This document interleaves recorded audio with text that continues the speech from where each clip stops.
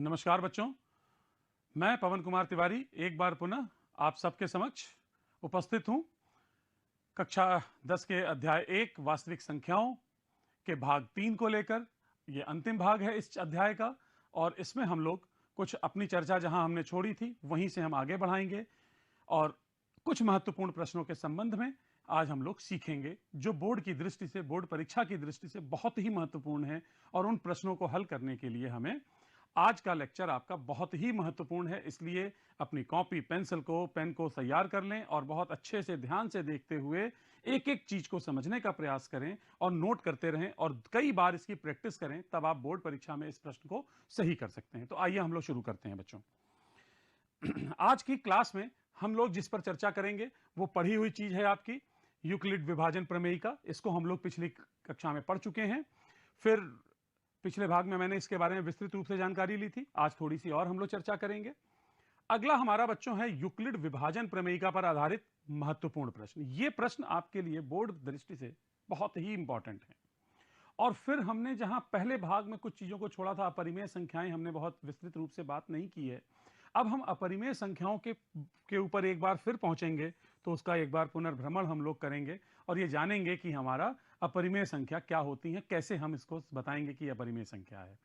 तो अपने हम लोग प्रश्नों की तरफ बढ़ते हैं। आइए बच्चों, देखिए एक बार मैं आपको रिवीजन करा दूं कि यूक्लिड की विभाजन प्रमेयिका क्या थी। पुनः एक बार इस पर चर्चा कर लें। हमने आपसे बताया था कि अगर हमारे पास दो संख्याएं हैं, एक छोटी संख्या है और एक बड़ी संख्या है, उदाहरण के तौर पर जैसे मैं 27 ले लूं और मैं 6 ले लूं, तो जब कभी मैं 27 को 6 से भाग दूंगा तो इसको मैं a मान लूं, इसको b मान लूं, तो ये कितनी बार जाएगा? आप इसको जब भाग देंगे, 6 से 27 को भाग देंगे तो ये 4 बार जाएगा और शेषफल आएगा 3। इसको हम लोग भागफल कहते हैं, इसको शेषफल कहते हैं, इसको हम लोग भाजक कहते हैं और ये हमारा भाज्य है। और इसी बात को देखिए मैंने यहां लिख दिया कि a बराबर बी क्यू प्लस आर के रूप में लिखा जाता है। और सबसे महत्वपूर्ण बात, यहां बचने वाली जो संख्या r है इसका मान यहां पर 3 है और जब कभी हम जिस संख्या से भाग देंगे उस संख्या से r का मान सदैव कम होगा, 0 से लेकर इसके एक कम तक। उदाहरण, अगर मैंने 6 से भाग दिया है तो 5 तक, 0 से कहां तक? 5 तक। अगर मैं किसी संख्या 8 से भाग दे रहा हूं तो शेषफल 0 से लेकर 7 तक हो सकता है। तो अब इसको हम लोग प्रश्नों में कैसे करेंगे, आइए उसके बारे में हम लोग अपनी चर्चा करते हैं बच्चों।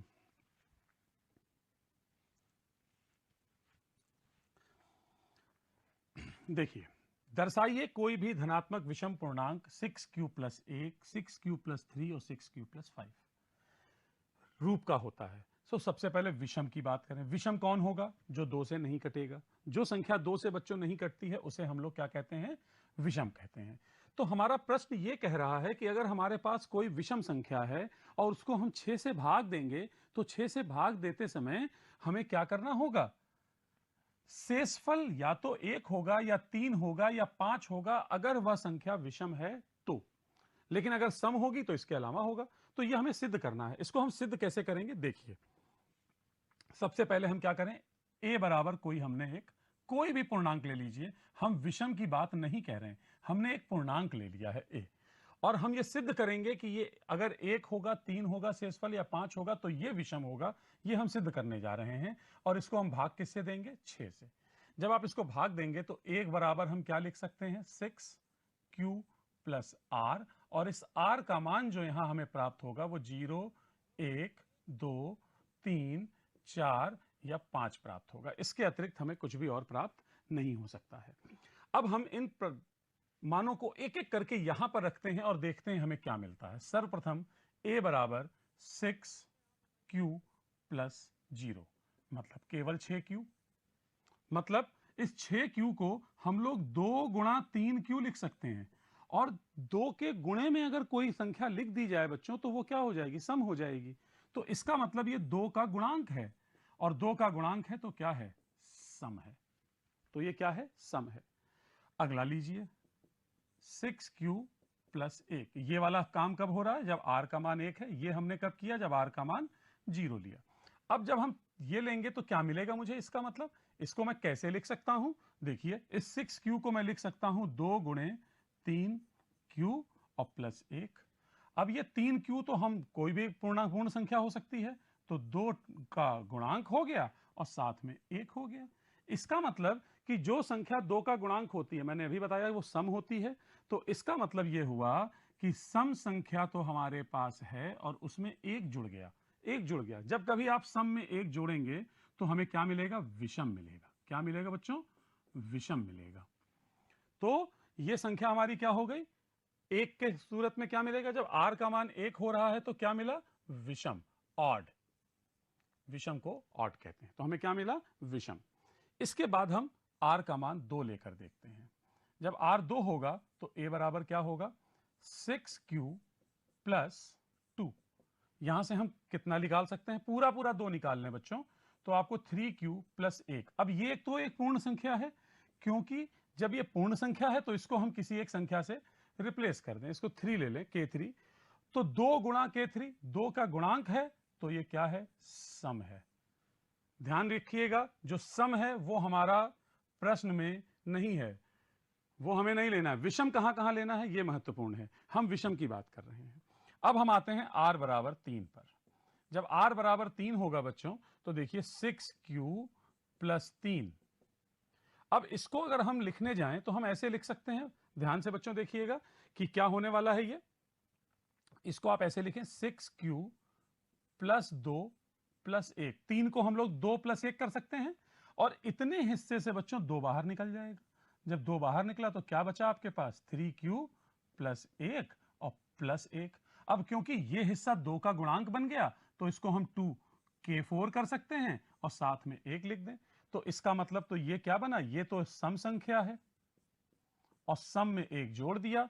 तो जब सम में 1 जोड़ोगे तो क्या बनेगा आपके पास? विषम बनेगा। क्या बनेगा बच्चों? विषम बनेगा। इसका मतलब यह है कि r का मान जब 3 होता है तब भी हमको क्या मिलता है? ऑड मिलता है। ऑड मिलता है। अब इसी प्रकार अगर हम 4 ले लें, r का मान बच्चों अगर 4 ले लिया जाए, देखिए तो a बराबर क्या हो जाएगा? 6q plus 4। क्या हो जाएगा? 6q plus 4। और 6q प्लस 4 में से जैसे ही आप पूरा पूरा 2 निकाल दीजिए बच्चों, आपके पास कुछ नहीं, सीधा सीधा अंदर क्या बचेगा? 3q plus 2। और 3 का गुणांक है, 2 का गुणांक है, इसलिए इसको आप 2k5 कर लें, और 2 का गुणांक है तो यह संख्या क्या होगी? सम होगी बच्चों। और सम होगी तो ये हमें फिर नहीं लेना है, सम से तो हमें मतलब नहीं, हमें किससे मतलब है? विषम से। अंतिम एक बात बची, हमारा कौन सा पार्ट बचा? 5 का। अब ये बड़ा महत्वपूर्ण है। 5 पर बच्चों देखिएगा, जब r का मान 5 आप लेंगे तो a बराबर क्या हो जाएगा? 6q plus 5। इस 5 को तोड़ दीजिए। इस 5 को आप क्या लिख सकते हैं? 6q plus 4 plus 1। और इतने हिस्से से क्या बाहर निकलेगा? इतने हिस्से से 3 बाहर निकलेगा। 2 बाहर निकाल लीजिए, अंदर मिलेगा 3q प्लस 2 और प्लस 1 चलने दें। और ये जो संख्या हमारी यहां है, इसको हम लोग कोई पूर्णांक ले सकते हैं, k6 ले लें, और ये 2 के गुणांक में है प्लस 1, तो ये तो सम है, और उसमें 1 जोड़ दिया। सम में जब भी आप 1 जोड़ोगे तो आपको क्या प्राप्त होगा? आपको प्राप्त होगा विषम। इसका मतलब कि r बराबर 5 पर भी हमको क्या प्राप्त हुआ? ऑड। अब आप देखें तो जब r का मान 0 था तो हमने सम कहा, r का मान 1 है तो विषम कहा, r का मान 2 तो सम कहा, 3 पर विषम कहा, 4 पर जब r का मान 4 हुआ तो हमने सम कहा, और r का मान 5 है तो हमने विषम कहा। इसका मतलब हमें r का मान जब कब कब विषम मिल रहा है? जब 1 है, 3 है या 5 है, यही सिद्ध करना था। अतः आप आखिरी में लिख सकते हैं अंत में कि अतः कोई भी धनात्मक विषम पूर्णांक 6q प्लस 1, 6q प्लस 3 या 6q प्लस 5 के रूप का होता है। ठीक है बच्चों, मैं उम्मीद करता हूं आपकी समझ में आया होगा। एक प्रश्न हम और इसके साथ आपको देखते हैं। यूक्लिड विभाजन प्रमेयिका का प्रयोग करके दर्शाइए किसी धनात्मक पूर्णांक का वर्ग। अब देखिए वर्ग क्या है, ये बहुत महत्वपूर्ण। फिर से तो सबसे पहले तो आप एक पूर्णांक लीजिए, a बराबर हमने पूर्णांक लिया, और अब ढूंढिए भाग किससे करना है। तो जैसे ही मैंने कहा 3m तो इसका मतलब 3 से, तो b का मान कितना हुआ? 3 हुआ। और हम क्या लिख सकते हैं? a बराबर 3q प्लस r। जब आप 3 से भाग दोगे तो r का मान क्या होगा, या तो 0 होगा, या तो 1 होगा, या तो 2 होगा, इसके अतिरिक्त तो कुछ हो ही नहीं सकता। और अब ये क्या बन गया, a बराबर क्या बन गया, अब आप 0 लिखोगे तो 3q प्लस 0, या 3q प्लस 1, या 3q प्लस 2, यही तो बनेगा। लेकिन हमने प्रश्न में कहा है वर्ग करिए। वर्ग करने का मतलब क्या हुआ बच्चों, कि मुझे a का वर्ग करना है, a का वर्ग करिए। तो इसका वर्ग करोगे तो क्या हो जाएगा, 9q²। इसकी बात करिए तो यहां पर हम क्या लिखेंगे, या 3q प्लस 1 का वर्ग होगा, या 3q प्लस 2 का वर्ग होगा। ठीक है बच्चों, 3q प्लस 1 का वर्ग, 3q प्लस 2 का वर्ग। यहां पर इस सूत्र का हम लोग प्रयोग करेंगे, a प्लस बी का वर्ग, a का वर्ग प्लस b का वर्ग प्लस 2ab। इसका सूत्र का अगर हम प्रयोग करें तो ये वाला तो ऐसे ही रहा, इसको हम लोग चाहें तो क्या लिख सकते हैं, 9q² है, इसको हम लोग 3 गुणे 3q² लिख सकते हैं। इसको हम लोग क्या लिखेंगे, इस सूत्र से खोलेंगे तो ये मिलेगा 9q² प्लस 6q प्लस 1, और इसको जब खोलेंगे तो ये मिलेगा 9q² प्लस 12q प्लस 4। इसको हम लोग कोई संख्या मान सकते हैं, k1 कह सकते हैं। इसमें से आप 3 बाहर निकाल सकते हैं, 3 बाहर निकालिए, अंदर आपको मिलेगा 3ku² प्लस 2u प्लस 1, और इसको हम तोड़ रहे हैं, इस 3 की जगह आप लिख दीजिए 3 प्लस 1। जैसे ही आप ये लिखेंगे तो इसमें इसमें और इसमें 3 बाहर आ जाएगा, क्या मिलेगा, 3q का वर्ग प्लस 4q प्लस 1 और प्लस 1 अलग। इसका मतलब ये बन गया 3k2 प्लस 1, और ये बन गया 3k3 प्लस 1।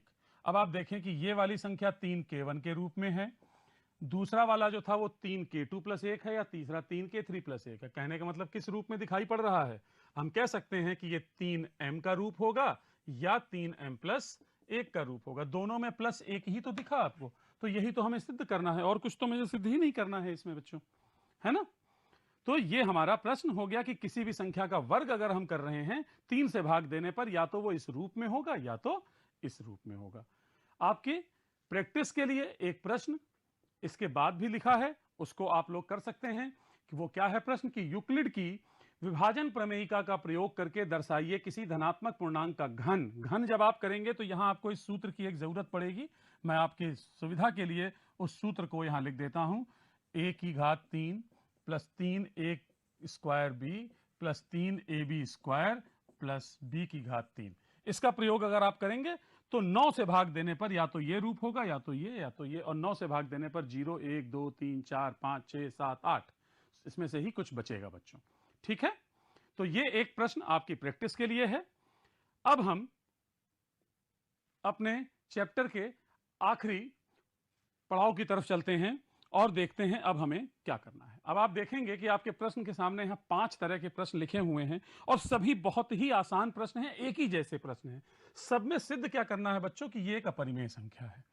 देखिए बच्चों, इस तरह के प्रश्न को सिद्ध करने का जो तरीका होता है वो हमें विरोधाभास विधि का इस्तेमाल करना है, प्रयोग करना है। और विरोधाभास स्थिति क्या कहती है, कि हम संख्या को जो सिद्ध करना है वो ना मान के कुछ और मान लें।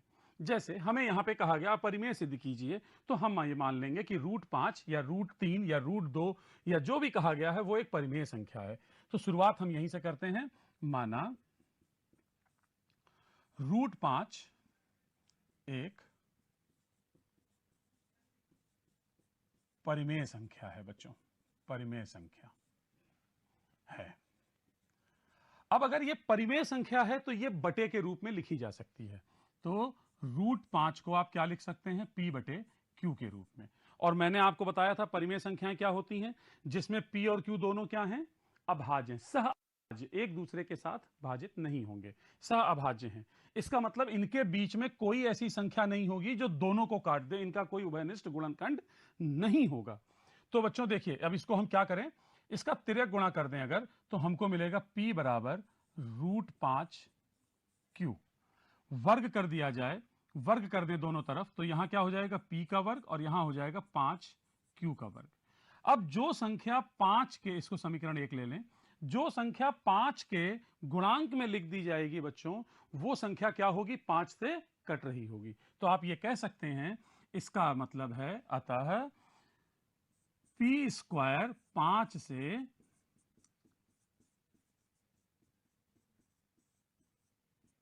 विभाजित होगा। और अगर किसी संख्या का वर्ग विभाजित है तो वो संख्या भी विभाजित होगी। इसका मतलब कि p 5 से विभाजित होगा, p भी 5 से विभाजित होगा। तो p का एक गुणनखंड क्या निकाल लिया हमने बच्चों? 5। अब हम, अगर ये 5 से कट जाएगा, इसका मतलब ये हुआ कि हम p को 5 के पहाड़े में आता होगा तो हम 5 का गुणांक ले सकते हैं। आप इसको 5 के मान लीजिए, माना।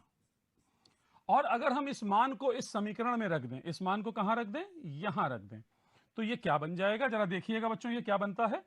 ये बनेगा 5k का वर्ग बराबर 5q का वर्ग।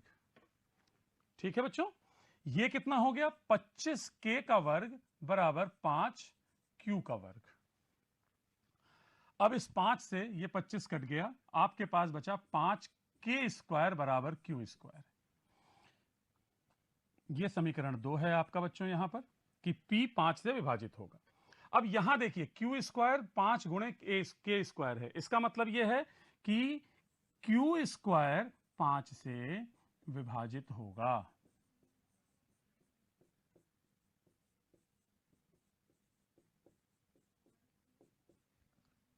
q² 5 से विभाजित होगा। और जब q² विभाजित होगा तो q भी तो 5 से विभाजित होगा।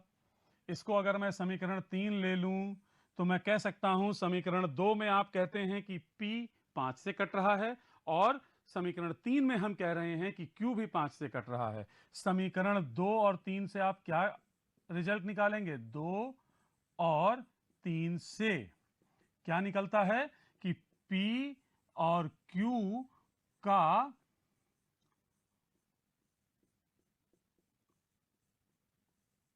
उभयनिष्ठ गुणनखंड कौन है? उभयनिष्ठ गुणनखंड 5 है।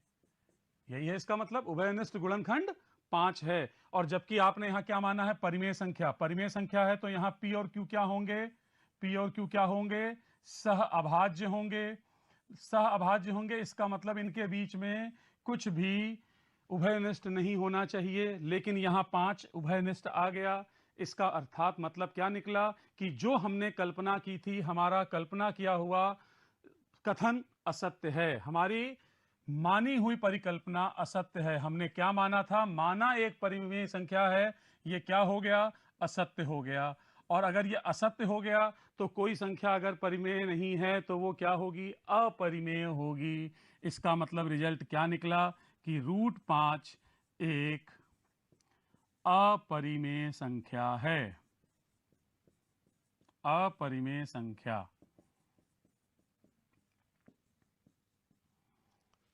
समझ आया बच्चों? तो इस प्रकार हमने बड़ा महत्वपूर्ण प्रश्न किया है, और ये बोर्ड में बच्चों कई बार आया है। कई बार √5 पर आया, कई बार √3 पर आया, कई बार √2 पर आया, और हम लोगों को इसे देखना पड़ता है कि कैसे हमें करना है। तो ये बहुत ही महत्वपूर्ण प्रश्न है। और तो बच्चों, जैसे हमने इस प्रश्न को देखा है, इसी प्रकार हम एक और भाग कर लेते हैं। हम भाग 5 इसका एक और डिस्कस करते हैं आपके साथ इसी प्रकार से। ये बोर्ड परीक्षा में आया हुआ प्रश्न है। तो देखिए पुनः एक बार फिर, माना √2, क्या मानना है? मैंने कहा अपरिमेय सिद्ध करना है, तो क्या मानना है? परिमेय है। क्या मानेंगे आप? परिमेय संख्या है। √2 परिमेय संख्या है। अब जैसे ही आपने इसको माना कि यह परिमेय है, उसी घड़ी आपको इसका मतलब यह है कि यह किस रूप में लिखा जा सकता है? बटे के रूप में व्यक्त किया जा सकता है। यह हम पढ़ के आए हैं, पीछे भी पढ़ चुके हैं, कक्षा 9 में भी पढ़ा है। तो हमने इसको मान लिया p और q। जहां पर p और q हमने आपको क्या बताया था कैसे होंगे? सह अभाज्य। सह अभाज्य ये महत्वपूर्ण है, क्योंकि हम इसी से विरोधाभास लाएंगे पुनः फिर से, जैसे पिछले प्रश्न में आया था। सह अभाज्य। अब आप क्या करेंगे? इसको आप गुणा करिए तो क्या मिलेगा? p बराबर √2q। अब आप वर्ग करेंगे, वर्ग करने पर क्या मिलेगा? p² बराबर 2q²। जैसे ही p² 2 का q² हुआ, इसका मतलब यह हुआ कि p का वर्ग क्या होगा, पी स्क्वायर, क्या लिखेंगे आप, पी स्क्वायर किससे कट जाएगा, 2 से विभाजित होगा, 2 से विभाजित होगा। और बच्चों अगर पी स्क्वायर 2 से विभाजित है, मैंने बताया आपको, तो इसका मतलब यह है कि पी जो होगा वो भी हमारा 2 से विभाजित होगा, 2 से विभाजित होगा। ये समीकरण 1 और ये विभाजित होगा समीकरण 2। तो आप यहां से समझ लीजिए कि P हमारा क्या हुआ, 2 से विभाजित हो गया। और जब 2 से जो संख्या 2 से कट रही है वो 2 के पहाड़े में आएगी, और अगर 2 के पहाड़े में आएगी तो 2 गुणा कुछ लिखी जा सकती है। तो हम मान लेते हैं, माना P बराबर कुछ मान लीजिए 2k मान लेते हैं, k मानते आ रहे हैं, पुनः एक बार k। और हम क्या करेंगे, इस मान को फिर से समीकरण 1 में रख देंगे। जैसे ही आप रखेंगे तो आपको क्या मिलेगा, 2k पूर्ण वर्ग बराबर यहां कितना है, 2q स्क्वायर, वर्ग करेंगे आपको मिलेगा 4k स्क्वायर बराबर 2q स्क्वायर। 2 से 4 कट जाएगा, आपको मिलेगा 2k स्क्वायर बराबर q स्क्वायर। अब q स्क्वायर को हम 2 के गुणांक में लिख रहे हैं, इसका अर्थ यह होता है कि q स्क्वायर 2 से विभाजित होगा, 2 से विभाजित होगा। और अगर q स्क्वायर 2 से विभाजित होगा तो q भी 2 से विभाजित होगा। इसको समीकरण 3 कह दें। अब जरा आप समीकरण 2 और 3 को फिर से देख लीजिए। 2 में कहते हैं कि P 2 से कटेगा और 3 में कहते हैं Q 2 से कटेगा। तो अगर दोनों ही 2 से कटेंगे तो इसका मतलब यह हुआ कि P और Q दोनों 2 से विभाजित होंगे, विभाजित होंगे। और अगर ये विभाजित होंगे तो इसका मतलब यह हुआ कि इस P का और इस Q का एक उभयनिष्ठ गुणांक है। कौन है उभयनिष्ठ संख्या, उभयनिष्ठ संख्या हो गई 2, लेकिन हमने यहां क्या कह रखा है कि ये सहअभाज्य हैं। जब सहअभाज्य हैं तो इसका मतलब बच्चों एक बात ये तय हो गई कि इनके बीच में कुछ कॉमन नहीं होना चाहिए, उभयनिष्ठ नहीं होना चाहिए, लेकिन उभयनिष्ठ हो रहा है। और जब उभयनिष्ठ हो रहा है तो इसका अर्थ यह होता है कि जो हमारी संख्या परिमेय है ये परिमेय नहीं हो सकता है। उभयनिष्ठ होते ही संख्या परिमेय नहीं होगी। इसका मतलब हमारी कल्पना, हमारी परिकल्पना जो थी वो क्या थी कि √2 एक परिमेय संख्या है, वो पुनः क्या हो जाएगी, असत्य हो जाएगी। मतलब जो हमने माना था वो असत्य है, गलत है, इसलिए विरोध है, हमारे मानने का विरोध हुआ। और जब विरोध हुआ तो हम क्या कहेंगे कि हमारा माना गया कथन असत्य है। और जैसे ही हमारा माना गया कथन असत्य हुआ तो इसका मतलब कि संख्या परिमेय नहीं है। और अगर संख्या परिमेय नहीं है, संख्या लिखी है, तो वो फिर क्या बच गई, परिमेय नहीं है तो अपरिमेय होगी। इसका मतलब हम क्या लिख देंगे, अतः √2 एक अपरिमेय संख्या है।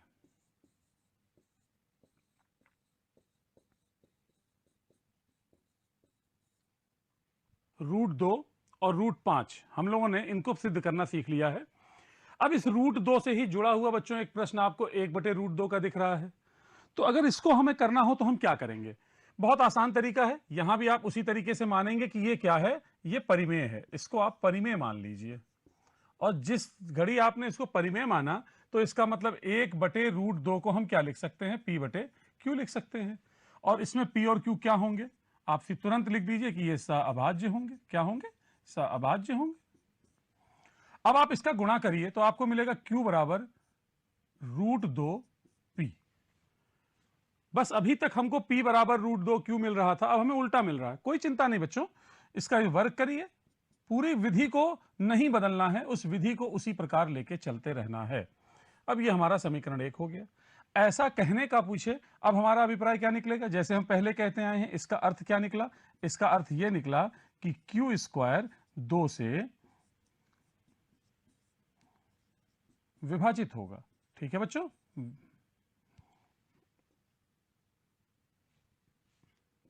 2 से विभाजित होगा। देखिए मैं इसको हटा दूं, गलत हो गया है।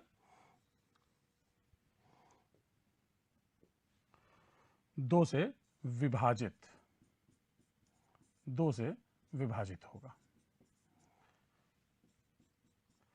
अब अगर 2 से विभाजित होगा तो इसका मतलब Q जो होगा वो भी 2 से विभाजित होगा। ठीक है बच्चों, 2 भी Q से, ये भी आपका विभाजित होगा। और ये हमारा समीकरण नंबर 2 ले लीजिए। और जैसे ही आपने कहा विभाजित, तो Q को क्या मानना होगा, हमें 2K मानना होगा। और इसको हमें कहां रखना होगा, समीकरण 1 में रखना होगा। जब आप समीकरण 1 में रखेंगे तो क्या मिलेगा, 2K स्क्वायर, 2K का होल स्क्वायर बराबर 2P का स्क्वायर। इसका वर्ग करेंगे तो 4K स्क्वायर बराबर 2P स्क्वायर। इस 2 से ये 4 कट जाएगा, आपको मिलेगा 2K स्क्वायर बराबर P स्क्वायर। इसका मतलब कि P स्क्वायर क्या होगा, 2 से विभाजित। और अगर P स्क्वायर होगा तो P भी 2 से विभाजित होगा। इसका मतलब यह हुआ कि हम पुनः क्या कह सकते हैं, हम ये कह सकते हैं कि Q भी 2 से विभाजित, P भी 2 से विभाजित। तो P और Q का उभयनिष्ठ गुणनखंड कौन हो गया, गुणनखंड 2 है। और जबकि हम कह रहे हैं सहअभाज्य है, इसका मतलब यह है कि यह नहीं हो सकता है। ठीक है बच्चों, तो इसका मतलब हमने इसे क्या माना था, जो परिमेय माना था वो क्या हो गया, असत्य हो गया। वो क्या हो गया, असत्य हो गया। और जब ये असत्य हो गया तो 1/√2 क्या हो जाएगा, अपरिमेय होगा, अपरिमेय होगा। आपकी समझ में आई होगी बात। हम लोगों ने लगभग हर तरह के प्रश्नों को आपके साथ हल किया है। यहां पर हमने इसके 3 प्रश्न आपके साथ हल किए जो एक दूसरे से जुड़े हुए दिखाई दे रहे हैं। उन प्रश्नों को हल करने के पश्चात हमने ये देखा कि √5 1/√2 1/√2, अब √3 और 3 + 2 √5 को भी हम इसी प्रकार से हल करेंगे। वो भी बहुत मुश्किल समस्या नहीं आएगी उसमें। इतने प्रश्नों की खूब अच्छे से, खूब ढंग से अपनी प्रैक्टिस करिए, खूब मन लगाकर पढ़ाई करिए, ताकि आप इन प्रश्नों में जो ये बहुत मुश्किल लगते हैं, मैंने बहुत आसान तरीके से आपके समझ रखने का प्रयास किया और हम लोगों ने इसको सीखा है। तो अब हम लोग इस चीज को और अभ्यास से इसको और अच्छा करेंगे और बोर्ड परीक्षा में हम लोग इस महत्वपूर्ण चैप्टर में पूर्ण अंक हासिल करने का प्रयास करेंगे। तो बोर्ड परीक्षा में 5 अंकों का ये प्रश्न पूरा अध्याय होता है। इसको हम लोग अच्छे से तरीके से करने का प्रयास करेंगे, जिसमें आपने अपरिमेय सिद्ध करना सीखा, जिसमें आपने यूक्लिड एल्गोरिथम सीखी, इसमें आपने मसा और लसा निकालना सीखा, इन सब दशमलव प्रसार सीखा, शांत अशांत दशमलव सीखे। ये सब चीजों को सीखकर अब हम आगे आ जाएंगे। ठीक है बच्चों, तो अब हम मिलते हैं आपसे अगली क्लास में अगले अध्याय के साथ। तब तक के लिए घर में रहिए, सुरक्षित रहिए और तब तक धन्यवाद। Thank you.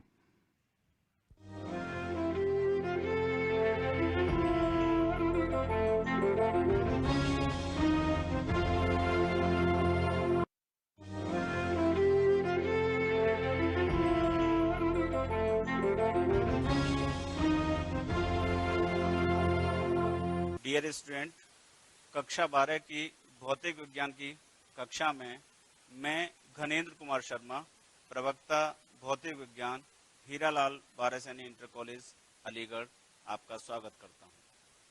आज हम भौतिक विज्ञान की क्लास में अध्याय 4, जिसका टाइटल है गतिमान आवेश तथा चुंबकत्व, पर चर्चा के लिए आपके साथ उपस्थित हैं।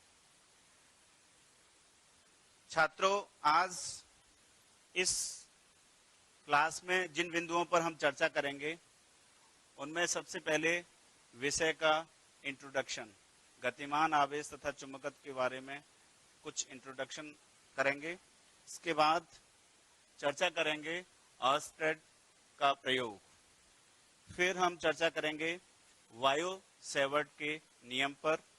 इसके बाद धारावाही वृत्ताकार कुंडली के अक्ष के अनुदिश किसी बिंदु पर चुंबकीय क्षेत्र की तीव्रता का निगमन करेंगे। इसके बाद कुछ आंकिक प्रश्नों पर भी चर्चा करेंगे। तो लेट्स स्टार्ट द डिस्कशन। छात्रों, अगर हम इस चैप्टर की शुरुआत करें तो सबसे पहले चैप्टर का नाम है गतिमान आवेश तथा चुंबकत्व। तो सबसे पहले हमें यह समझना होगा कि गतिमान आवेश का अर्थ क्या है।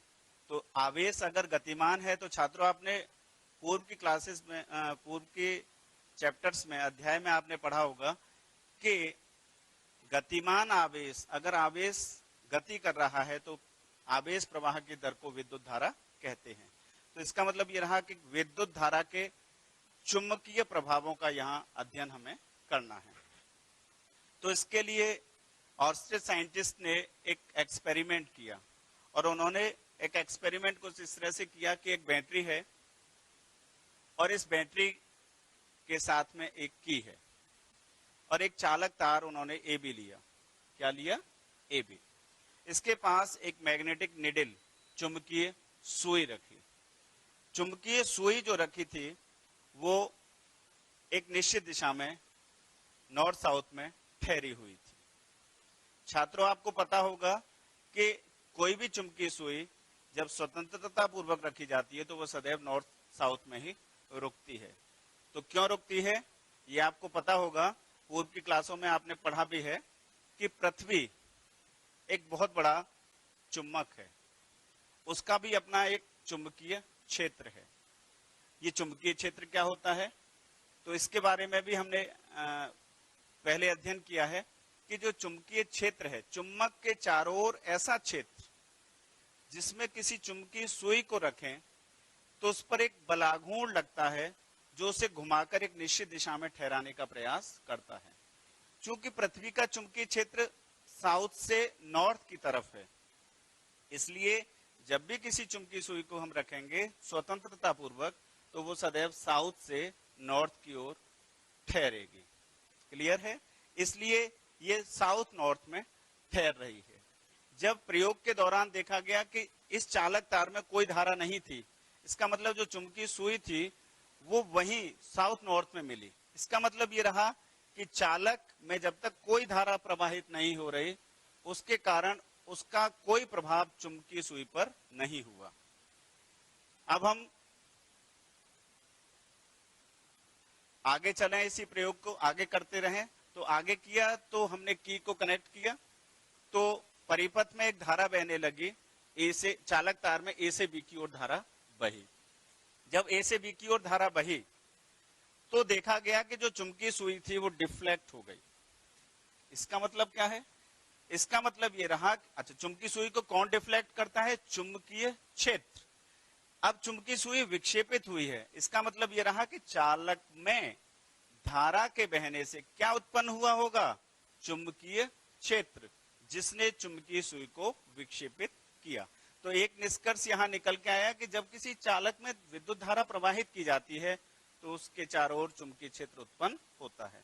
प्रैक्टिकल को और आगे किया तो प्रैक्टिकल को और आगे करने पर देखा कि अगर हम धारा की दिशा को पलट दें, अब हमारे पास चालक में धारा बी से ए की ओर बह रही है, तो देखा गया जो कंपास है, जो चुंबकीय सुई है, उसकी दिशा, डिफ्लेक्शन की दिशा पलट गई। अर्थात क्षेत्र तो उत्पन्न हुआ लेकिन अब उसकी दिशा पहले से डिफरेंट थी।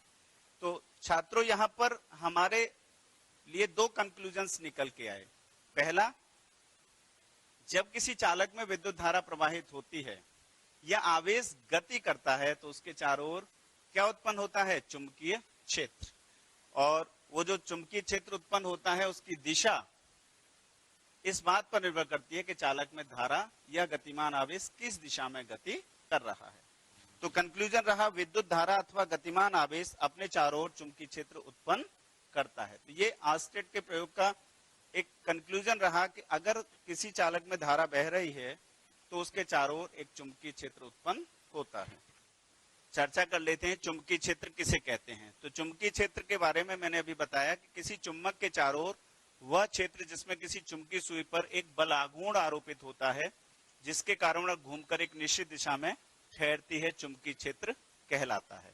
और यहाँ पर चुंबकीय क्षेत्र उत्पन्न हो रहा है किसमें? चालक में धारा के बहने के कारण या आवेश के गति के कारण। ये भी मैंने अभी डिस्कशन में आपको बताया कि पृथ्वी का जो चुंबकीय क्षेत्र है उसकी दिशा दक्षिण से उत्तर की ओर होती है, इसीलिए स्वतंत्रता पूर्वक जो चुंबकीय सुई रखी जाती हैं वो सदैव साउथ नॉर्थ में रुकती हैं। लेकिन यदि कोई बाहर से क्षेत्र उत्पन्न हो जाए तो उसके कारण उनकी दिशा विक्षेपित होती है, क्योंकि बाहर के चुंबकीय क्षेत्र के कारण भी वो विक्षेपित हो जाती हैं। तो इस प्रयोग के माध्यम से हमने समझा कि धारा के बहने से चुंबकीय क्षेत्र उत्पन्न होता है। अब कितना चुंबकीय क्षेत्र उत्पन्न होता है और दूरी के साथ उसका कैसे कैसे परिवर्तन होता है, इसको मैं एक ग्राफिक्स के माध्यम से दिखाना चाहूं तो ये आपके सामने हाई टेंशन वायर लाइन है। हाई टेंशन वायर लाइन में आप देख रहे हैं कि ये रीजन रेड है। रेड में जो क्षेत्र है वो काफी ज्यादा उत्पन्न हो रहा है। जैसे हम दूर गए तो क्षेत्र और कम हुआ, और दूर गए तो और कम हुआ। तो इसका मतलब जैसे जैसे वायर से हम दूर होते जा रहे हैं, उत्पन्न चुंबकीय क्षेत्र की तीव्रता घटती जा रही है। जैसे जैसे हम वायर हाई टेंशन लाइन से दूर हो रहे हैं, क्षेत्र की तीव्रता घट रही है। अगर मैं इसे डाटा बेसिस देखूं तो डाटा में भी है कि देखिए 500 केवी की लाइन है तो 0 मीटर पर 81 एम जी मात्रक है चुंबकीय क्षेत्र की तीव्रता का, गॉस। तो यह है मिली गॉस। अगर 10 मीटर पर गए तो 72 मिली गॉस, 20 पर गए तो 51 मिली गॉस। क्लियर है, दूरी के साथ में घट रहा है। अब देखें 230 केवी की लाइन है तो यहां केवल रह गए 38, यहां कितना आया 28, यहां आया 15 mg। तो यहां कुछ और कंक्लूजन्स निकले कि धारा चालक में जब प्रवाहित होती है तो उससे चुंबकीय क्षेत्र उत्पन्न होता है। उसका परिमाण धारा की स्ट्रेंथ पर भी डिपेंड करता है, साथ में इस बात पर भी निर्भर करता है कि जो बिंदु है वो चालक से कितना दूर है।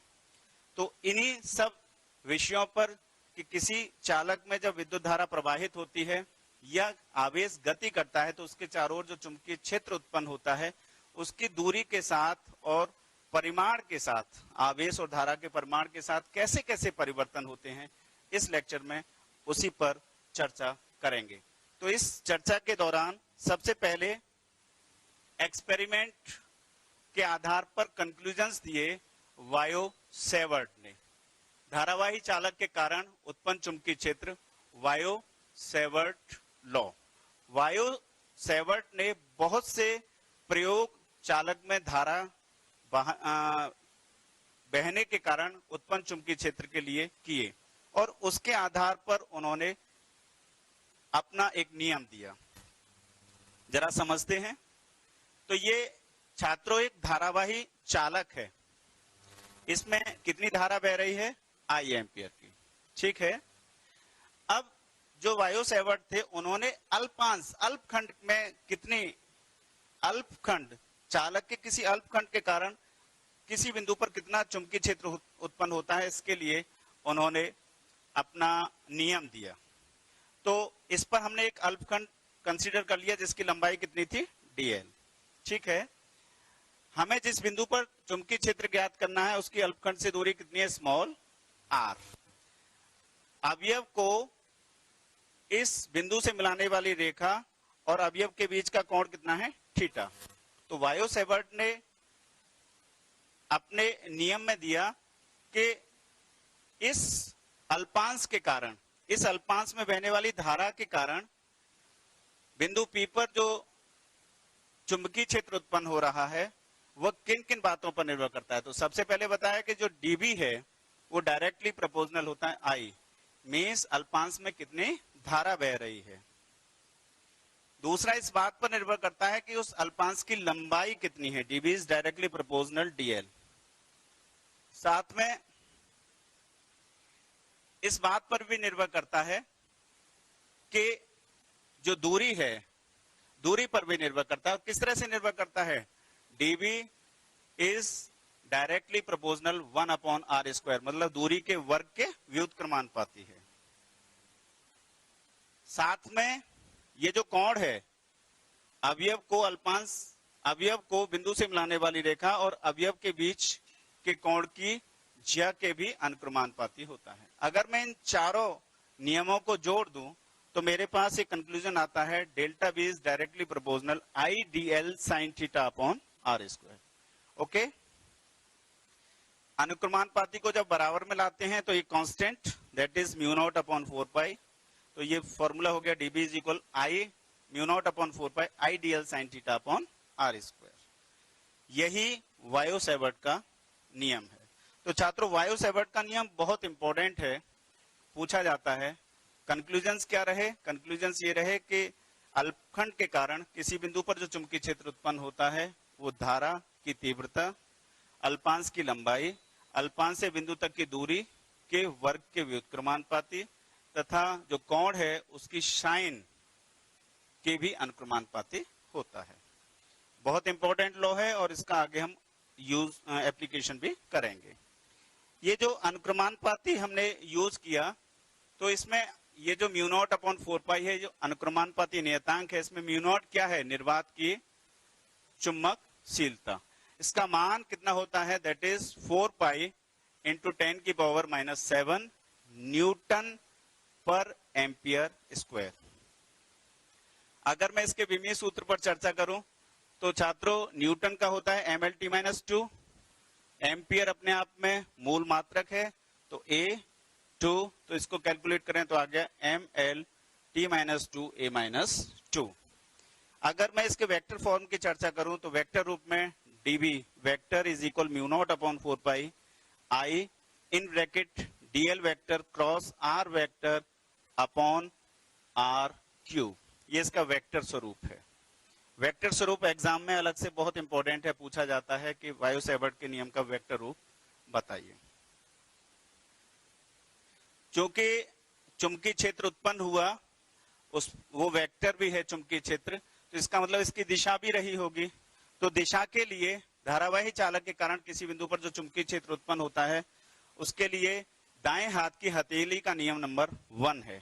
नियम कुछ इस तरह से है कि अगर किसी चालक में अगर हम दाएं हाथ की हथेली को इस तरह से फैला लें, अंगूठा धारा की दिशा को प्रदर्शित करे, ये उंगलियां उस बिंदु की ओर हो जिस पर चुंबकीय क्षेत्र ज्ञात करना है, तो हथेली के लंबवत हथेली जिधर धक्का लगाती है वो चुंबकीय क्षेत्र की दिशा को प्रदर्शित करता है। एक एग्जाम्पल के माध्यम से समझते हैं छात्रों। तो यही हमारे पास अभी धारावाही चालक था, इसमें धारा की दिशा कैसे थी? ऐसे।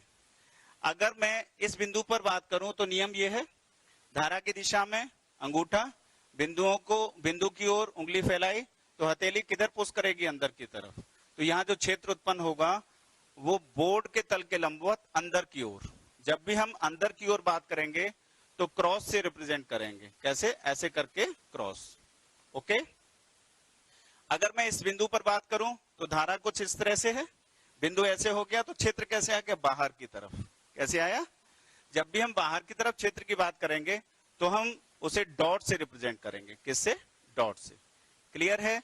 तो आपको दिशा भी समझ में आ गई होगी। तो कितना परिमाण और कितने उसकी दिशा क्या होगी, ये दोनों चीजें क्लियर हुई।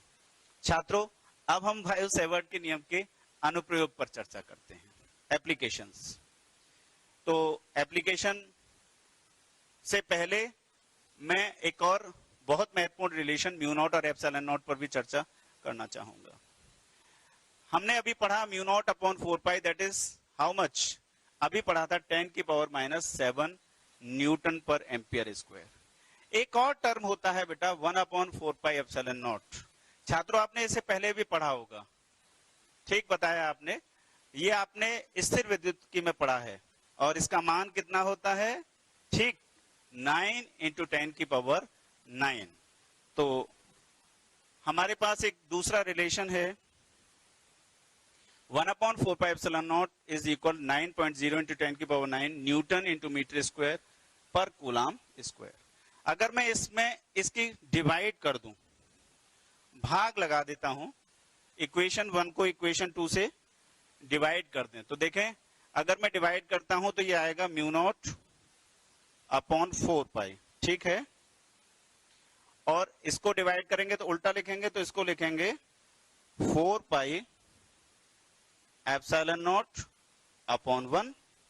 तो जो लेफ्ट पार्ट है उसमें 4 पाई से 4 पाई कैंसिल हो जाएगा तो कितना बचेगा? Mu naught into epsilon not.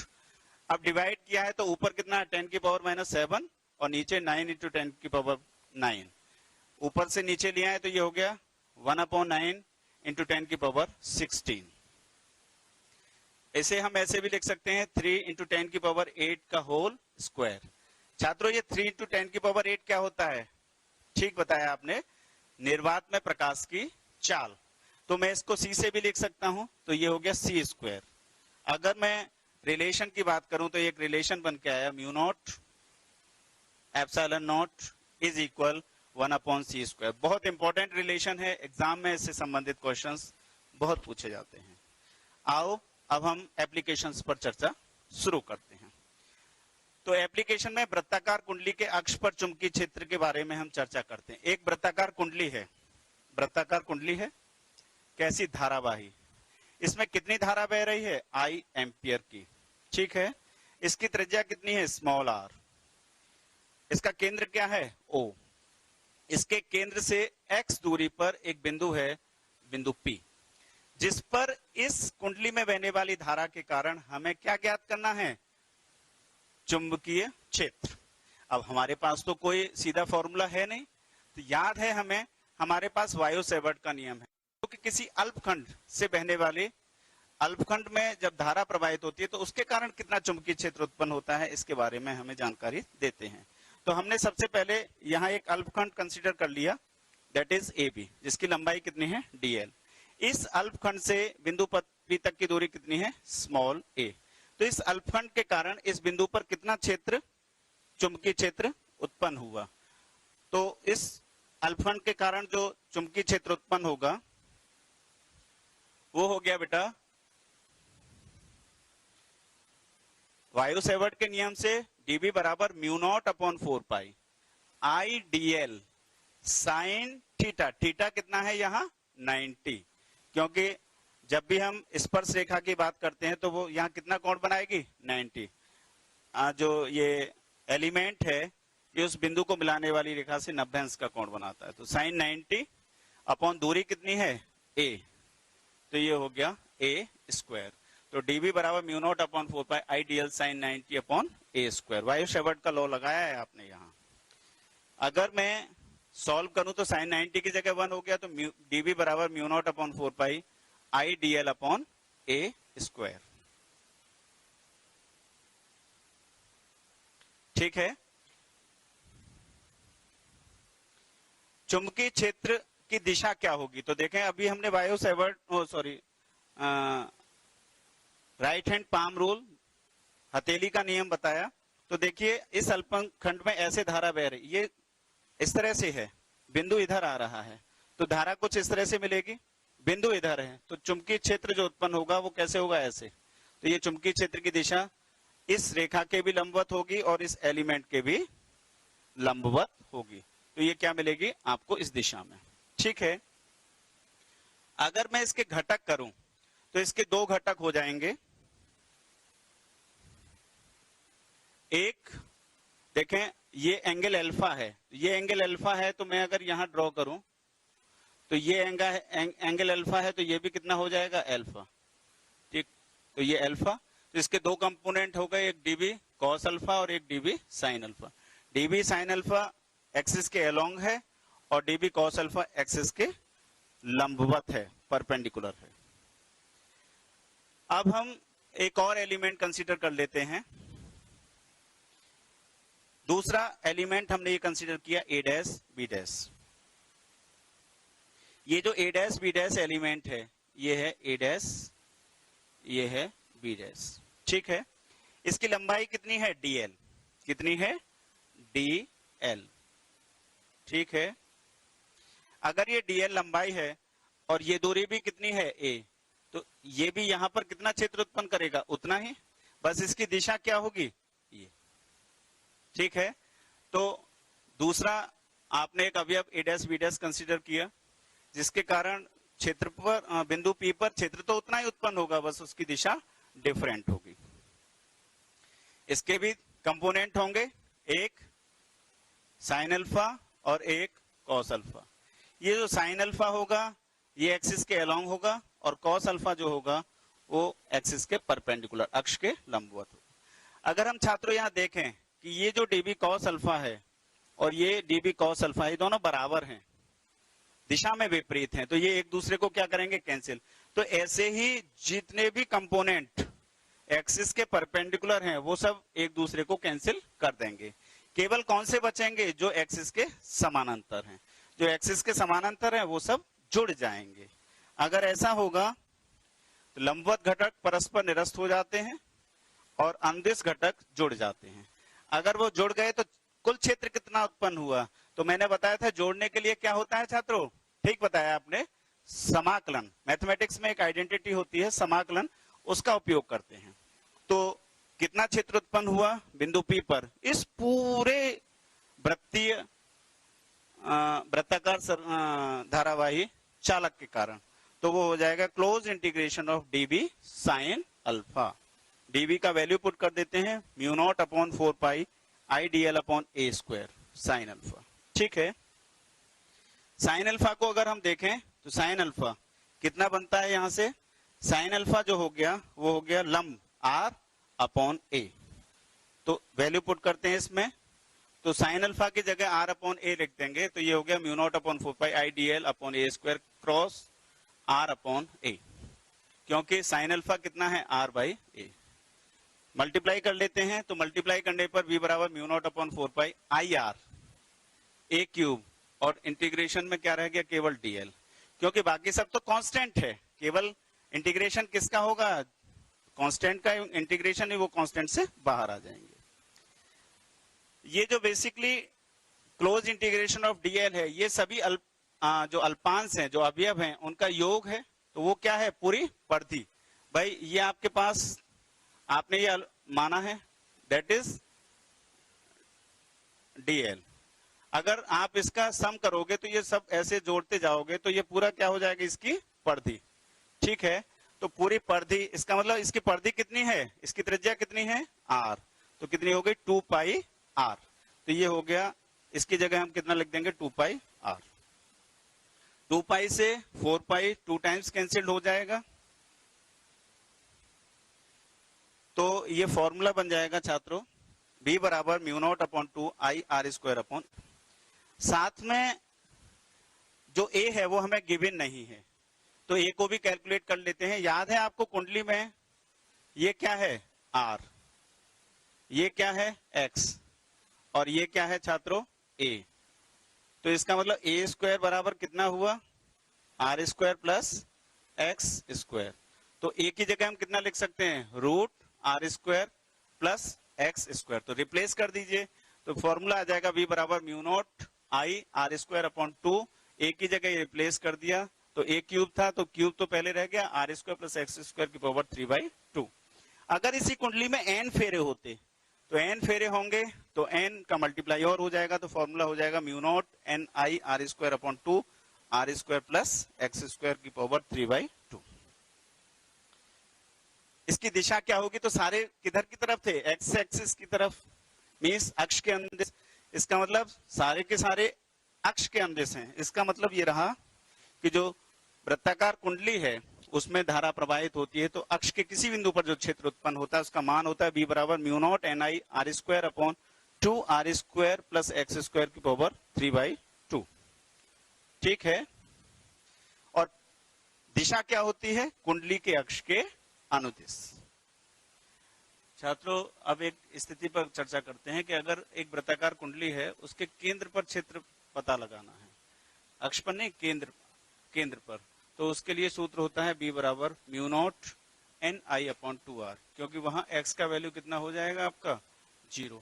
तो फॉर्मूले में अगर वैल्यू रखें तो b बराबर mu not N I r square upon 2 और r की पावर स्क्वायर की पावर 3/2, क्योंकि x कितना हो गया वहां पे 0, x 0। तो ये आ जाएगा आपका b बराबर mu not N I upon 2r। दिशा अगर एंटी क्लॉकवाइज है तो क्षेत्र बाहर की तरफ, और क्लॉकवाइज, ये क्लॉकवाइज है तो अंदर की तरफ, और एंटी क्लॉकवाइज है तो बाहर की तरफ। बाहर की तरफ का मतलब डॉट और अंदर की तरफ का मतलब क्रॉस। ठीक है, अब एक आंकिक प्रश्न पर चर्चा करते हैं। एक क्वेश्चन है एनसीईआरटी एक्सरसाइज में सर, कि क्वेश्चन कुछ इस तरह से है कि एक वृत्ताकार कुंडली है जिसमें 100 फेरे हैं, 8 सेंटीमीटर की त्रिज्या है। इसमें 0.4 एम्पियर की विद्युत धारा प्रवाहित हो रही है। इसके केंद्र पर चुंबकीय क्षेत्र की तीव्रता ज्ञात करनी है। तो दिया क्या है, दिया है फेरों की संख्या 100, आई का वैल्यू 0.4, त्रिज्या 8 सेंटीमीटर। इसको हमने कन्वर्ट कर लिया एमकेएस में, तो 100 का भाग लगाया तो दैट इज 0.08। क्षेत्र कितना होता है, बी बराबर mu not upon 2 NI upon R. Value put कर देते हैं, तो म्यू नॉट का वैल्यू होता है 4 इंटू पाई 3.14 10⁻⁷, एन का वैल्यू 100 और आई का वैल्यू 0.40 अपॉन 2 इंटू आर 0.08। अगर इससे इसे डिवाइड करूं तो ये 5 टाइम्स कैंसिल हो गया छात्रों, 2 से ये 4 दो बार कैंसिल हो गया, तो ये आ गया 3.14 इंटू 10 की पावर, देखें 5 दूनी 10, 3 2 पावर ये और एक उसकी 3, तो कितनी बची माइनस की 4, तो 10 की घात -4 टेस्ला। ठीक है, तो कितना क्षेत्र उत्पन्न हुआ, 3.14 गुणा 10 की घात -4 टेस्ला। आज हमने छात्रों क्या क्या सीखा, तो हमने सीखा चुंबकीय क्षेत्र के बारे में ऑर्स्टेड के प्रयोग से, वायु सेवर्ट के नियम के बारे में, वृत्ताकार कुंडली के अक्ष पर चुंबकीय क्षेत्र की तीव्रता का निगमन किया और आंकिक प्रश्न पर चर्चा की। कुछ होमवर्क मैंने छात्रों आपके लिए स्क्रीन पर दिया है, इसको आप नोट करें और इसको आप घर से करके लाएंगे। मैं समझता हूं आज के टॉपिक आपको समझ में आए होंगे। कल हम एम्पियर के सर्किट लॉ पर चर्चा करेंगे, उसको आप पढ़ के आएं जिससे कि चीजें बहुत आसानी से समझ में आए। Thank you.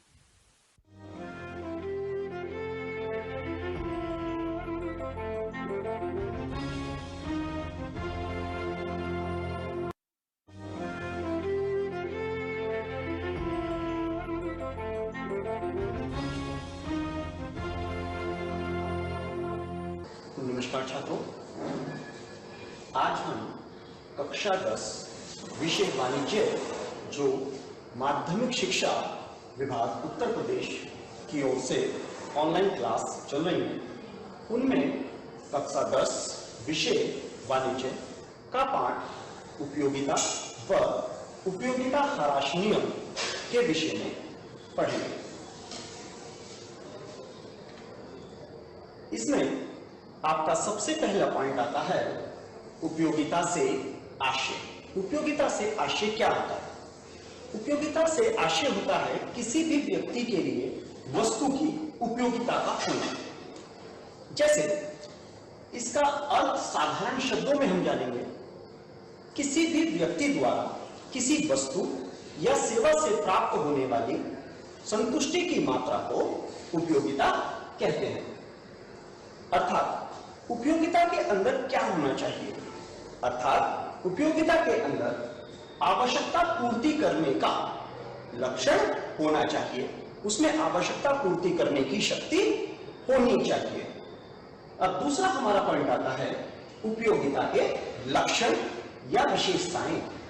इसमें आप कैसे जानेंगे कि उपयोगिता के अंदर यानी कि किस व्यक्ति के अंदर कैसे कैसे लक्षण होने चाहिए, उसकी व्यक्तिगत भाव को लेकर या फिर वस्तुओं के भाव को लेकर। इसमें जब आप उपयोगिता के लक्षण या विशेषताओं का ज्ञान प्राप्त करेंगे तो उसमें आता है व्यक्तिगत के स्वभाव, रुचि, आदत पर निर्भर है। व्यक्तिगत स्वभाव से आशय होता है कि जो उपयोगिता होती है वो व्यक्तिगत होती है, वह व्यक्तिगत होती है और व्यक्तिगत होने के कारण प्रत्येक व्यक्ति का स्वभाव, उसकी रुचि, उसकी आदत ये भिन्न भिन्न प्रकार की होती है। तो प्रत्येक व्यक्ति के लिए प्रत्येक वस्तु की उपयोगिता अलग अलग होती है और ये किस पर निर्भर करती है? स्वभाव, रुचि और आदत पर निर्भर करती है। दूसरा हमारा इसमें पॉइंट आता है अनुमानित संतुष्टि की शक्ति है, यानी कि जो अनुमानित संतुष्टि है, उपयोगिता क्या है? उपयोगिता अनुमानित संतुष्टि करने का एक प्रकार है। तीसरा आता है सदैव एक समान न हो, अर्थात प्रत्येक व्यक्ति के लिए जो वस्तु की उपयोगिता होती है वो प्रत्येक समय में समान नहीं रहती, वह सदैव समय के साथ साथ बदलती रहती है। तीसरा होता है आवश्यकता की तीव्रता। तो जो आवश्यकता होती है उसे प्रत्येक व्यक्ति ये चाहता है कि मेरी आवश्यकताएं शीघ्र पूरी हो जाएं। तो वस्तु की उपयोगिता, अगर हम आवश्यकताओं की गति तीव्र कर देंगे तो हमारी उपयोगिता की गति भी तीव्र हो जाएगी, अर्थात बढ़ जाएगी। उपभोग वस्तुओं से संबंध, पांचवा पॉइंट आपका आता है उपभोग वस्तुओं से संबंध। उपभोग वस्तुओं से संबंध होता है कि इसके अंदर किसी भी वस्तु का नैतिकता से संबंध ना होकर केवल वस्तुओं से संबंध होता है, अर्थात किसी वस्तु को जो व्यक्ति उपभोग करता है केवल उन्हीं वस्तुओं का संबंध उपयोगिता से होता है।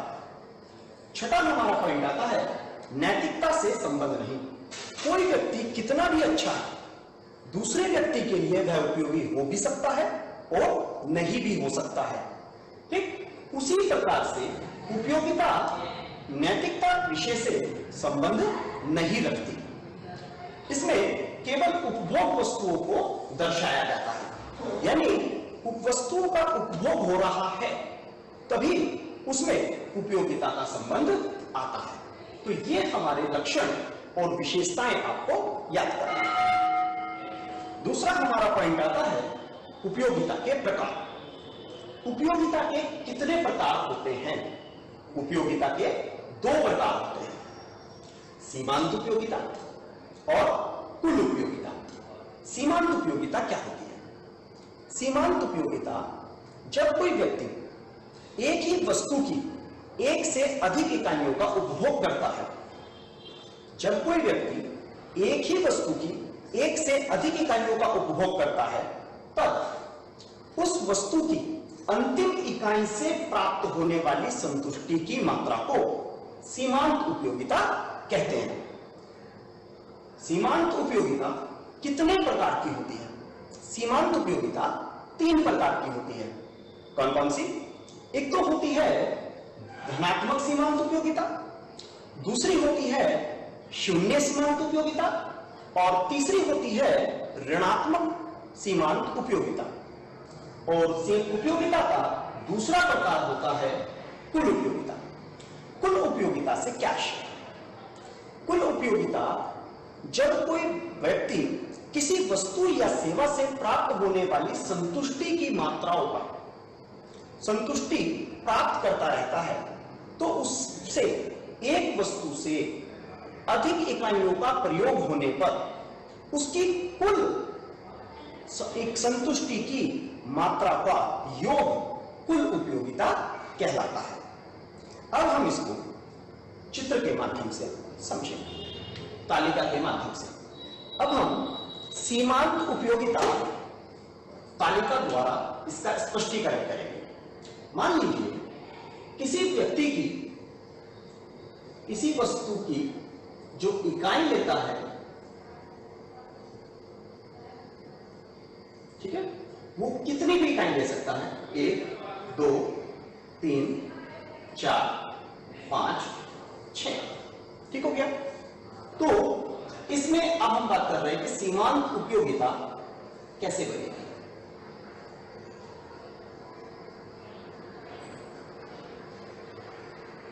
सीमांत उपयोगिता, सीमांत उपयोगिता मान लीजिए किसी व्यक्ति को पहली वस्तु यूज करने से, पहली वस्तु का प्रयोग करने से 20 उपयोगिता प्राप्त होती है और उसी वस्तु की दूसरी इकाई उपयोगिता प्राप्त करने से उसे 40 सीमांत उपयोगिता प्राप्त होती है।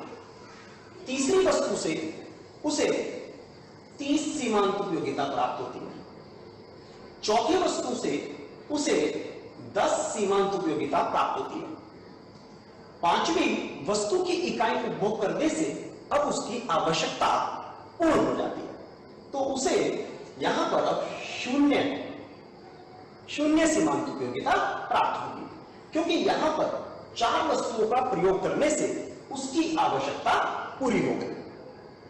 छठी में अगर वो वस्तु का और यूज करता है, वस्तुओं का और अधिक प्रयोग करता है तो अब उसकी सीमांत उपयोगिता माइनस में चली जाएगी, ऋणात्मक हो जाएगी। अब हम जानेंगे जो 3 प्रकार हमने सीमांत उपयोगिता के पढ़े थे धनात्मक सीमांत उपयोगिता, शून्य सीमांत उपयोगिता और ऋणात्मक सीमांत उपयोगिता यही होती है। तो ये जो प्रारंभ के आपने 4 पॉइंट देखे हैं, ये हमारे धनात्मक सीमांत उपयोगिता कहलाएंगे। धनात्मक सीमांत उपयोगिता होगी, और ये जो हमारी शून्य होगी, ये हमारी शून्य सीमांत उपयोगिता कहलाएगी।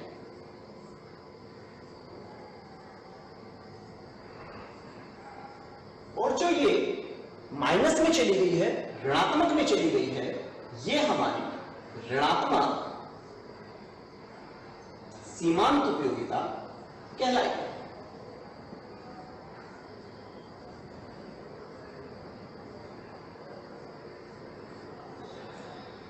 ये चीज हमारा सीमांत उपयोगिता क्लियर हो जाता है। इसका एक बार और देखेंगे कि इसमें क्या है। सीमांत उपयोगिता क्या होती है? जब कोई व्यक्ति एक वस्तु का अधिक प्रयोग करता है, एक वस्तु की इकाई का एक वस्तु की इकाई से ज्यादा प्रयोग करता है, तो अंतिम इकाई से प्राप्त होने वाली संतुष्टि की मात्रा को सीमांत उपयोगिता कहते हैं। तालिका द्वारा स्पष्टीकरण हमने किया था कि एक व्यक्ति किसी वस्तु की इकाई का उपभोग करता है, वह पहली वस्तु की इकाई का उपभोग करता है तो उसे 20 सीमांत उपयोगिता प्राप्त होती है। दूसरी वस्तु की इकाई प्रयोग करता है तो उसे 40 सीमांत उपयोगिता प्राप्त होती है। तीसरी वस्तु प्रयोग करता है तो अब यहां पर उसकी सीमांत उपयोगिता घटनी आरंभ हो जाती है, यानी उसको 30 सीमांत उपयोगिता प्राप्त होती है। चौथी वस्तु पर उसे और घटकर सीमांत उपयोगिता प्राप्त हो रही है, क्योंकि धीरे धीरे उसकी उपयोगिता उस व्यक्ति के लिए उस वस्तु की उपयोगिता कम होती जा रही है। पांचवी वस्तु पर उसका अब उसके लिए उपभोग करने की कोई आवश्यकता नहीं है, तो यहां पर उसके लिए शून्य सीमांत उपयोगिता आ गई। अगर वो अब इसका अधिक और उपभोग करता है, छठी वस्तु की इकाई का भी उपभोग कर लेता है, तो अब उसकी सीमांत उपयोगिता ऋणात्मक में चली जाएगी, ऋणात्मक सीमांत उपयोगिता। तो इस प्रकार से यह सीमांत उपयोगिता हमारी 3 प्रकार की होती है।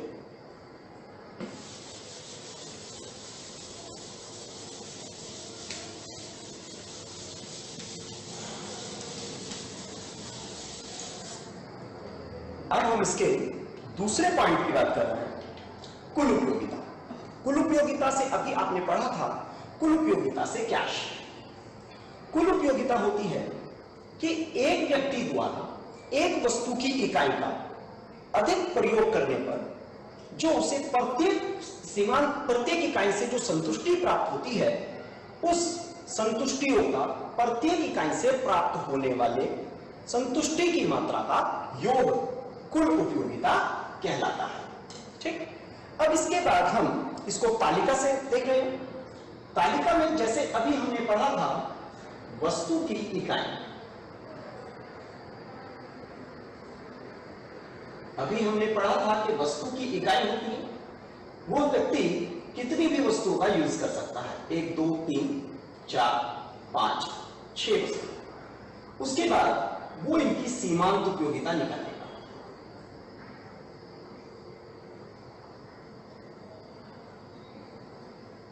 सीमांत उपयोगिता अभी हमने पढ़ा था कि सीमांत उपयोगिता पहली वस्तु पर कितनी होती है, कितनी भी हो सकती है, आप इसे मानकर लिख सकते हैं।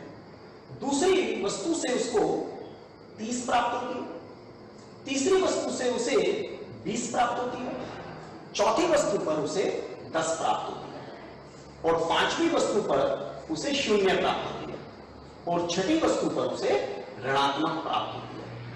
ठीक है, तो अब हम इसकी कुल उपयोगिता निकालेंगे।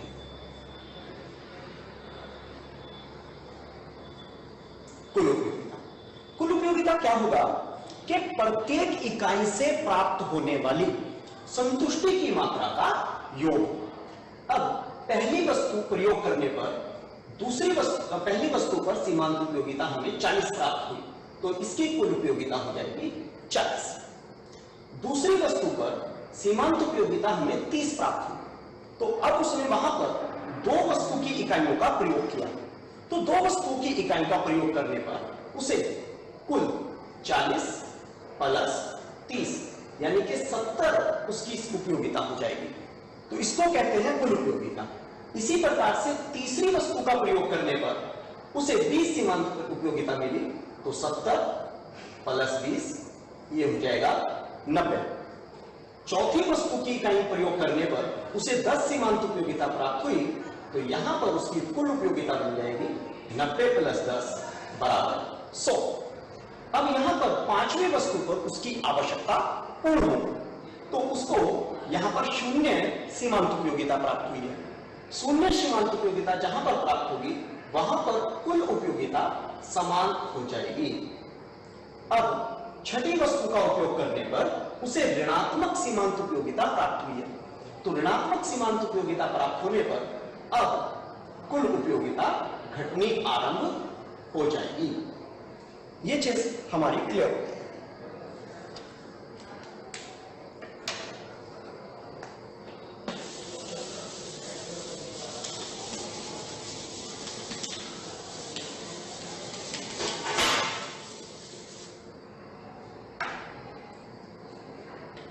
इसी में अब हम दूसरा अपना टॉपिक तैयार करते हैं, सीमांत उपयोगिता ह्रास नियम से क्या आशय है। अभी आपने पढ़ा है कि एक किसी व्यक्ति द्वारा किसी वस्तु या सेवा द्वारा प्राप्त होने वाली संतुष्टि की मात्रा को उपयोगिता कहते हैं। अब अगर कोई व्यक्ति एक ही वस्तु का एक से अधिक इकाइयों का उपभोग करता है, तो एक समय ऐसा आता है कि वह वस्तु व्यक्ति के लिए उपयोगी के स्थान पर अनुपयोगी हो जाती है। जब वस्तु उपयोगी के स्थान पर अनुपयोगी होने लगे, तो वहां पर सीमांत उपयोगिता का ह्रास नियम लागू हो जाता है, अर्थात वस्तु उपयोगिता के स्थान पर अनुपयोगिता प्राप्त कर लेती है। ठीक हो गया। जहां पर हमारा सीमांत उपयोगिता ऋणात्मक में चली जाएगी, जहां पर हमारी सीमांत उपयोगिता ऋणात्मक में चली जाएगी, वहीं पर हमारा सीमांत उपयोगिता ह्रास नियम लागू हो जाएगा। ठीक। उसके बाद हमारा दूसरा टॉपिक शुरू होता है, सीमांत उपयोगिता ह्रास नियम की मान्यताएं। सीमांत उपयोगिता ह्रास नियम की मान्यताएं कहां कहां मान्यताएं हैं, यानी कि सीमांत उपयोगिता ह्रास नियम कब प्रयोग में आता है। एक व्यक्ति के लिए किसी वस्तु की उपयोगिता कब कम होती रहेगी, तो कब कम होगी। पहला, जब किसी वस्तु का उपभोग लगातार होता रहेगा, अर्थात किसी व्यक्ति को भूख लगी है, वह रोटी खाता है, तो एक समय ऐसा आएगा कि उसका पेट भर जाएगा और वह रोटी और अधिक नहीं खा पाएगा, है ना। तो उसलिए उपभोग लगातार होने के कारण से उसका अब रोटी की सीमांत उपयोगिता कम हो गई। कम होने पर वहां पर ह्रास नियम लागू हो गया।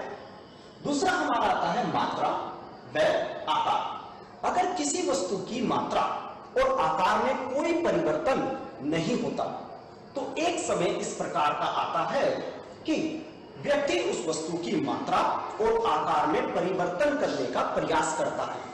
जब वह उस वस्तु की मात्रा और आकार में परिवर्तन करने का प्रयास करता है, तब वहां पर सीमांत उपयोगिता ह्रास नियम लागू हो जाता है। तीसरा, अपरिवर्तित मूल्य। यदि किसी वस्तु के मूल्यों में परिवर्तन नहीं हो रहा है, तब तक तो वह उस वस्तु के उपयोग करता रहेगा, लेकिन जैसे ही वस्तु का मूल्य परिवर्तित हो जाएगा, तो वह उस वस्तु की उपभोग में कमी करना आरंभ कर देगा। जैसे किसी वस्तु का मूल्य 10 रुपए से 15 रुपए हो जाए, तब मूल्य में परिवर्तन में वृद्धि होने के कारण से वह उसका उपभोग करना बंद कर देगा या कम कर देगा, तो वहां पर ह्रास नियम लागू हो जाएगा। अगला हमारा पॉइंट आता है, स्थानापन्न वस्तुओं के मूल्य में परिवर्तन नहीं होना चाहिए। अगर नहीं है तो सीमांत उपयोगिता लागू हो रहेगी, और अगर स्थानापन्न वस्तुओं के मूल्य में परिवर्तन हो जाता है, तो वहां पर ह्रास नियम लागू हो जाएगा।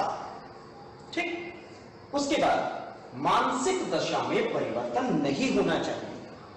अगर किसी व्यक्ति के द्वारा किसी वस्तु का उपभोग करते समय उसकी मानसिक दशा अर्थात सोच में परिवर्तन नहीं होता है, तब वहां पर सीमांत उपयोगिता लागू रहेगी। और अगर उसकी मानसिक दशा में परिवर्तन हो जाता है तो वहां पर ह्रास नियम लागू हो जाएगा। किसी व्यक्ति की आदत, रुचि, फैशन, आय आदि में परिवर्तन नहीं होना चाहिए। अगर किसी व्यक्ति की आदत में, रुचि में या फैशन में या आय में किसी प्रकार का कोई परिवर्तन हो जाता है तो वहां पर ह्रास नियम लागू हो जाएगा। और अगर सीमांत उपयोगिता है तो इनमें किसी प्रकार का कोई परिवर्तन नहीं होना चाहिए। अब इसी के आगे की बात कर रहे हैं। इसमें अब अगर हमारा पॉइंट आता है सीमांत उपयोगिता ह्रास नियम का महत्व बताइए, क्या इंपॉर्टेंस है, हम सीमांत उपयोगिता क्यों पढ़ रहे हैं। तो पहला हमारा टॉपिक आता है, इसकी इंपॉर्टेंस के अंदर पहला टॉपिक आता है कीमत निर्धारण में महत्व। किसी भी वस्तु का उपभोग व्यक्ति करता है तो व्यक्ति जब उसको उपभोग करता है तो उसकी कीमत को देखकर करता है। तो सीमांत उपयोगिता जब लागू होती है तो वह कीमत के आधार पर लागू होती है। और भी जैसा आपने पढ़ा था कि किसी वस्तु की कीमत में थोड़ा सा भी परिवर्तन होने पर व्यक्ति उसके उपभोग में कमी कर देता है या वृद्धि कर देता है। तो वह कब करेगा, जब सीमांत उपयोगिता लागू होगी। और अगर कोई व्यक्ति सीमांत उपयोगिता लागू कर रहा है, किसी वस्तु में उसको उपयोगिता लग रही है, तो वह कीमत का निर्धारण अनिवार्य रूप से देखेगा। यानी अगर कीमत अधिक मात्रा में है और व्यक्ति का बजट लागू नहीं होता, व्यक्ति का बजट कार्य नहीं करता, तो वहां पर ह्रास नियम लागू होगा। यानी व्यक्ति के लिए वस्तु की उपयोगिता कम होगी। इसी के विपरीत यदि व्यक्ति को द्वारा उपभोग की जाने वाली वस्तु की कीमत कम है और उसके बजट में आ रही है, तब वह उस वस्तु का उपभोग अपनी आवश्यकता पूर्ति होने तक करता रहेगा। लेकिन जैसे ही परिवर्तन होगा तो सीमांत उपयोगिता में भी परिवर्तन होगा। तो इसलिए जब हम सीमांत उपयोगिता ह्रास नियम का महत्व पढ़ते हैं तो उसमें हमारी कीमत, वस्तु की कीमत मुख्य रूप से कार्य करती है। दूसरा हमारा पॉइंट आता है समाजवाद का आधार। समाजवाद का आधार क्या होता है? हमारे समाज में दो प्रकार के व्यक्ति होते हैं। हमारे समाज में दो प्रकार के व्यक्ति होते हैं, एक होते हैं धनी वर्ग और एक होते हैं निम्न वर्ग। धनी वर्ग के व्यक्तियों से हमारे देश की सरकार कर वसूल करती है और उस कर को निम्न वर्ग के लोगों में सहायता के रूप में बांट देती है। तो इसी प्रकार से निम्न वर्ग के व्यक्तियों के लिए धन की उपयोगिता होती है और धनी वर्ग के व्यक्तियों के लिए धन की उपयोगिता नहीं होती। तीसरा हमारा इसमें पॉइंट आता है उपभोक्ता के व्यवहार की व्याख्या में सहायता। अर्थात यदि उपभोक्ता के व्यवहार में कोई परिवर्तन नहीं होता, व्यवहार में कोई परिवर्तन नहीं होता, तो व्यक्ति की वस्तु की उपयोगिता लागू रहेगी। और अगर किसी व्यक्ति के व्यवहार में परिवर्तन आ जाता है, जैसे किसी व्यक्ति की आय में वृद्धि हो गई या कमी हो गई, तो वह वृद्धि होने पर निम्न वर्ग की वस्तुओं को छोड़कर उच्च वर्ग की वस्तुओं का प्रयोग करना आरंभ करेगा। और अगर व्यक्ति की आय में कमी हो गई तो वह उच्च वर्ग की वस्तुओं को छोड़कर निम्न वर्ग की वस्तुओं का प्रयोग करना आरंभ करेगा। तो वहां पर उपभोक्ता के व्यवहार को यह व्याख्यात करता है। चौथा हमारा नियम आता है मांग के नियम का आधार। मांग का नियम क्या होता है? किसी वस्तु की अगर पूर्ति अधिक है, किसी वस्तु की पूर्ति अधिक है, तो उसकी मांग निम्न स्तर पर रहेगी, क्योंकि वह वस्तु व्यक्ति को समय समय पर प्राप्त हो जाती है। और अगर किसी वस्तु की पूर्ति कम है, उसकी सप्लाई कम होती है, तो वस्तु की मांग अधिक हो जाएगी। इसके विपरीत अगर हम मूल्य में परिवर्तन करें, किसी वस्तु का मूल्य कम होता है तो उसकी मांग अधिक होती है, और किसी वस्तु का मूल्य कम होता है तो उसकी मांग अधिक होती है। तो यहां पर यह मांग के नियम का भी आधार बनता है। पांचवा हमारा पॉइंट आता है उत्पादन व उपभोग में भिन्नता का स्पष्टीकरण। सीमांत उपयोगिता उत्पादन से संबंध रखती है और उपयोगिता से भी संबंध रखती है। यदि किसी वस्तु का उत्पादन अधिक मात्रा में हो रहा है, अगर तो वह पूर्ति अधिक मात्रा में कर पाएगा। अगर किसी वस्तु की पूर्ति अधिक मात्रा में प्राप्त हो रही है, तो वहां पर सीमांत उपयोगिता सामान्य स्तर की रहेगी और वह उपभोग करता रहेगा। ठीक, तो वहां पर इन दोनों में पूर्ति अधिक होने पर उपभोग कम होगा, और उत्पादन कम होने पर उपभोग अधिक मात्रा में होगा। क्योंकि उत्पादन कम होने पर क्या होगा, व्यक्ति चाहेगा कि वस्तु की मात्रा उसके पास उसकी आवश्यकता को पूर्ति करने तक रखी रहे। अब इसमें हम अगला पॉइंट पढ़ते हैं, सीमांत उपयोगिता नियम के अपवाद। क्योंकि किसी वस्तु में या किसी भी टॉपिक में अगर हम बात करें तो गुणों के साथ साथ उसके दोषों को भी देख लेना अनिवार्य होता है। तो यहां पर जो हमारी सीमांत उपयोगिता ह्रास नियम के अपवाद आते हैं वो दो प्रकार के आते हैं। एक तो आते हैं दिखावटी अपवाद और दूसरे आते हैं वास्तविक अपवाद। दिखावटी अपवाद हमारे 5 प्रकार के होते हैं और वास्तविक अपवाद हमारे 2 प्रकार के। इनके बारे में जानते हैं। दिखावटी अपवाद क्या होते हैं? पहला, उपभोग की इकाई सूक्ष्म होना। सूक्ष्म का मतलब कम होना, ठीक है, या छोटी होना। यदि किसी वस्तु की उपभोग की मात्रा, जिस वस्तु को कोई व्यक्ति उपभोग कर रहा है, उस वस्तु की मात्रा मार्केट में यानी कि बाजार में कम है, तो वहां पर उपयोगिता ह्रास नियम लागू नहीं होगा, क्योंकि प्रत्येक व्यक्ति उस वस्तु को खरीदने के लिए बाजार में जाता रहेगा। दूसरा, दुर्लभ व विलक्षण वस्तुएं। कुछ वस्तुएं इस प्रकृति की होती हैं, व्यक्ति के पास जितनी अधिक मात्रा में हो जाए वह उसके पास उसे कम ही लगती है। जैसे सोना, चांदी, तो वह जितनी मात्रा में इनका अधिक क्रय करेगा, जितनी मात्रा अधिक मात्रा में इनका उपभोग करेगा, उतना ही वह संपन्न दिखाई देगा। तो वहां पर सीमांत उपयोगिता ह्रास नियम का नियम लागू नहीं होता। तीसरा हमारा पॉइंट इसमें आता है कंजूस व्यक्ति की धन संग्रह की प्रवृत्ति। कंजूस व्यक्ति के लिए धन की उपयोगिता कभी भी समाप्त नहीं होती, इसलिए यहां पर सीमांत उपयोगिता ह्रास नियम लागू नहीं होगा। एक कंजूस व्यक्ति सदैव धन को एकत्रित करने में लगा रहता है, यह उसकी प्रवृत्ति होती है। उसके पास जितना भी धन आ जाए वह उसके लिए कभी भी मना नहीं करेगा, अर्थात उसकी आवश्यकता कभी भी संतुष्ट नहीं हो पाएगी। चौथा, मादक वस्तुओं का प्रयोग।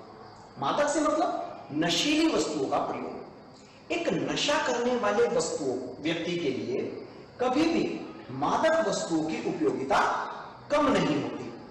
वह एक निश्चित समय पर भी या निश्चित वस्तु को, मादक वस्तु को प्रयोग समय समय पर करता रहता है, उसके लिए उसकी उपयोगिता कभी भी समाप्त नहीं होती। पांचवा हमारा पॉइंट आता है वस्तु सेवा के प्रयोग में वृद्धि होना।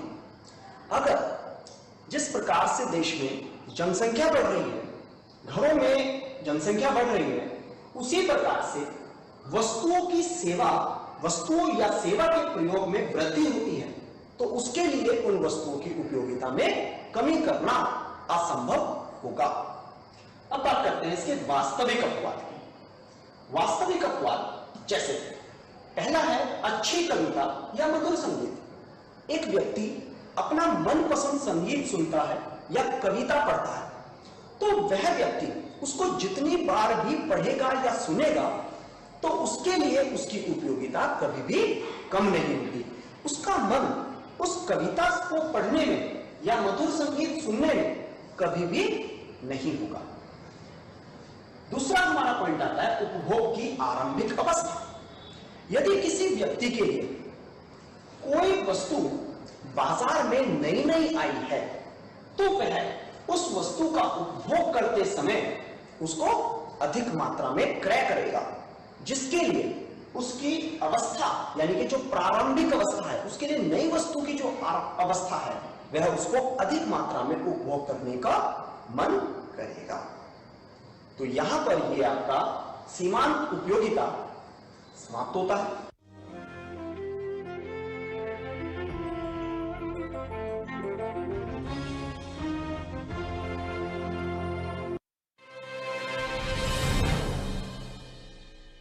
इतनी उदास क्यों लग रही हो?